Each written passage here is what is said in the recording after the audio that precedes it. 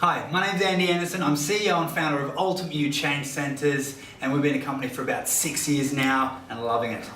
Talk us through the motivation that you had when starting Ultimate You. I had a passion for health and fitness, and I knew that this was the industry that I wanted to dedicate my life to and develop. Motivation behind starting the business was creating a really unique concept, one that delivered results, one that really gave a high level of customer service and experience, and one that truly changed lives. So we focus on mindset, nutrition and training, and I wanted to bring a new holistic approach to the industry.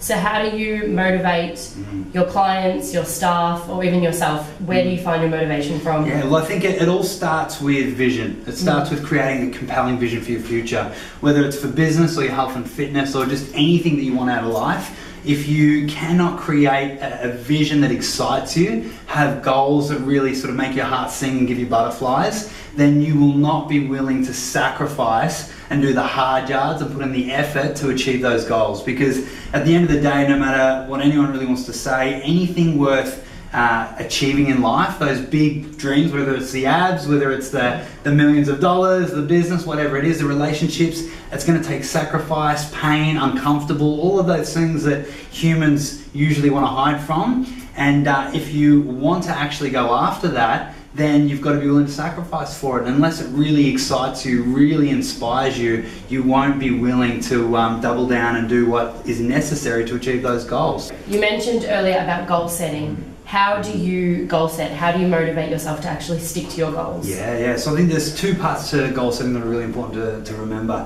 One is the framework on how to actually write them, and then number two is just doing it. So the thing with goal setting is that you have to make it a ritual, a habit and ritual that you do daily. So for me, I make this a core part of just my mornings. Every morning, no matter what, and I've done this for the last 8 years.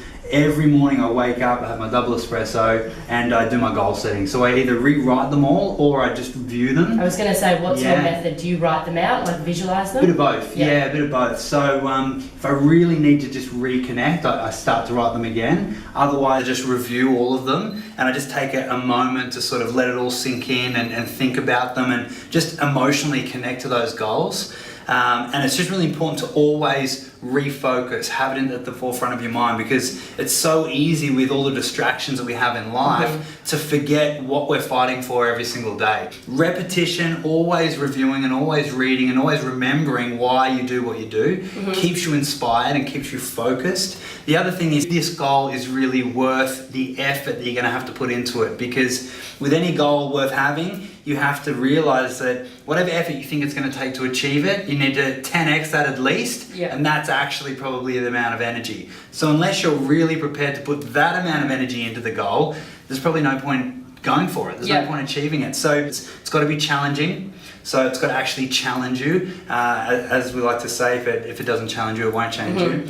It's got to be heartfelt. So you've got to feel it. It's got to give you butterflies. It's really got to be quite emotive, which is a huge one. And then it's got to be actionable with a deadline. So you need to make sure you've got action steps and a deadline, so there's a sense of urgency behind what you do. It has to be a non-negotiable. So there's got to be 100% commitment to the goal. It's got to be do or die. You've got to commit 100%.